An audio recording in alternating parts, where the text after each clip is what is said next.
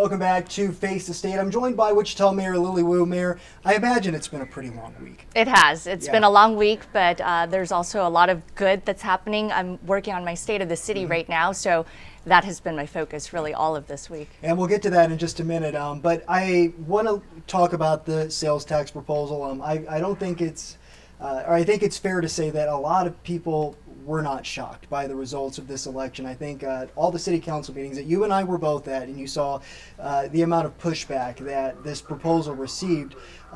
What's your reaction to how the vote went? So first and foremost, I want to say thank you to the individuals who had their voices heard. That was the intention from December when the council voted 7-0 to put it to the people to make a decision. And so over, was it 50,000 people voted in that election. So thank you to the individuals who made their voices heard. We overwhelmingly heard the no. It was 82% with 41,000 people voting against it. Now, in reflection, I have said that if I could take one vote back, I would take back the December vote.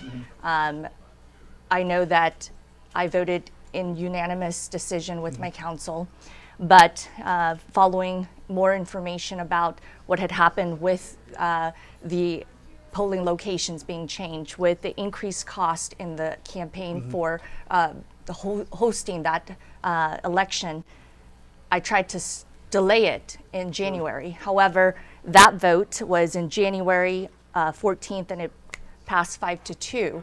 So I dissented, and so the next thing that I did was I led the way with guardrails and had a conversation about what are the priorities, what should we be really talking about, and how can we protect taxpayers. And so then we had the guardrails meeting. That was February 10th of 2026, and 4 out of 3 of us voted to prioritize. So I think in all, I would say that it was a mistake having the election on March 3rd. And so if I could take one vote back, it would be the December vote. Well, and obviously you mentioned the increased cost, right? And if you see the people that comment on social media, right? One thing people are pointing to, the city spending $170,000 worth of taxpayer money on this election, not to mention the countless hours of work by city and county staff getting the election put together. You basically pretty much responded to that just there, but to kind of respond to some of those comments you hear from people complaining about the amount of money the city spent on an election that many people think probably was never going to work in the first place. So in January, we received new information from the election office saying that the election was going to cost more and that some voters would have to go to various different locations. Once we got that new information, we talked about it at the January 13th meeting, and that's when I called that special meeting to try to delay it to August.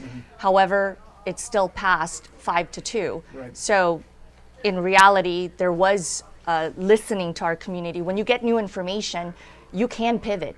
And I believe that that's one of the things that we tried to do. But again, it moved forward. Something people that were advocates for the 1% sales tax claimed throughout this process was the reason why we needed that was because there are so many initiatives in the city. The city has no plan to fund in the future. And I have to ask, what is that plan going forward, considering this didn't work? Well, there were 5 initiatives in that sales tax proposal, and back in December, there was another vote besides the vote to put it to a special election, and that was the vote to try to separate them into 5 different initiatives and 5 different votes. Unfortunately, that vote failed 4-3, and so I was in favor of separating them because I had heard, number one, people want some relief on property taxes. I've heard that multiple times. Even to this day, I'm getting emails, people saying, we just got our property valuations. They are very high. They have increased double digit. And so I'm hearing that feedback. So I know that property taxes is something that people want us to have a handle on. The second thing I keep hearing about is public safety. That is what is the role of local government. Police and fire are public safety. And so we have something called the Capital Improvement Program, but it's a 10-year program. And that 10-year program, all of these capital needs are bond funded. So that means, for instance, the new fire station is going to cost about $5 million. An additional $1 million in interest rates will now be part of this package. Whereas in that sales tax, it was going to be cash funded, so you would not have the interest rate. So we heard that that was another priority. And I also heard that homelessness is another priority. When you hear the community survey results, you see that safety, streets, economic development, and homelessness continue to be the 4 priorities. So we knew that homelessness was also another top priority. I sit on the Second Light board, which is the former multi-agency center. We hear that there needs to be a better way to help individuals who want that help to get into actual housing. So you need some sheltering, then some transition, and then permanent housing. So we heard that those were the 3 priorities. So now moving forward, these still continue to be priorities that people want us to have more dialogue on, but investment in. And that includes public safety. So property taxes, that's really going to come down to the budget conversation. This upcoming week, the city manager, along with the city council, will have a retreat, and we will specifically be talking about the budget. And the budget really correlates to property taxes. Sure. You talked about Second Light. I know the former multi-agency center is going to be a big topic of discussion going forward this year, because we've heard claims all throughout this process that the city has no way to fund Second Light as we head into winter 2026. I mean, we've heard that very loudly from City Councilman J.V. Johnston. He was, pushing for the city, working on a solution to that right now.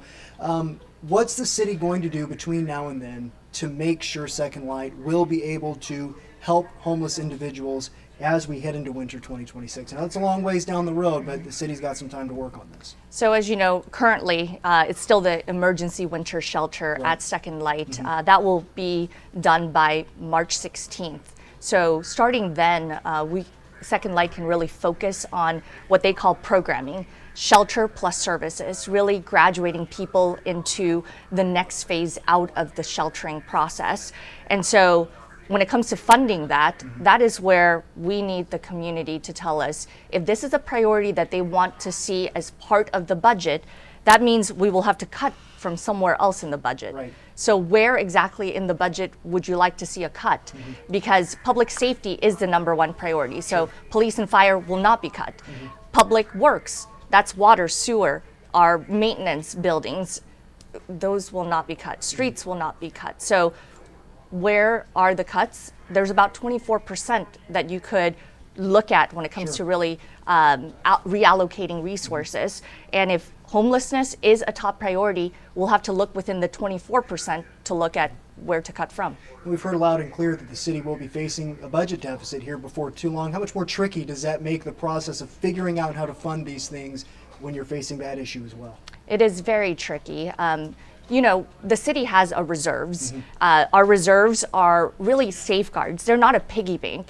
They're so that #1, we can still have a strong credit rating so that we can borrow money at a favorable rate. So you can't just take money from that reserve that easily. However, it can be a little buffer. But that's just a little buffer. So really it's going to have to come down to prioritization. If this council really believes that public safety, public works, and homelessness are priorities, then those will have to reflect the budget. Okay. Your State of the City address is coming up this Sunday, March 8th. Give us a little preview of what you'll be talking about there. Yes, so I'm really looking forward. The State of the City address is this upcoming Sunday. It's at Century 2. And really, it's an opportunity to come together as a community, to learn about how local government works, how we had a 2025 that we should be proud of, and what we're doing now moving forward together in 2026. So I'm really looking forward to having a nonprofit showcase at the beginning. So before people walk in, doors open at 4:30. So nonprofits will have the opportunity to showcase what they do in our community and invite people to be part of the volunteerism that we need in our community. In addition, we'll have McConnell Air Force Base there with the presentation of colors, the national anthem with the Wichita Chamber Chorale. My pastor at New Spring, Pastor Mark Hoover, will do the invocation, and the Mayor's Youth Council Youth Mayor will do the introduction. So I'm really looking forward to, again, having the opportunity to talk about some of the successes, but also talk about some of the failures. And if you're not able to attend in person, we'll be making sure to stream that live on the 12 News app, and you'll also be able to view that in its entirety once it's over as well. Thank you, Mayor, for joining us. Like I said, I know it's a busy week, so I appreciate you taking some time to be on the show. We're going to take another quick break. When we come back, we're going to be previewing some of the upcoming items in the State House next week, as well as some of the things on the City Council agenda as well. Stick with us.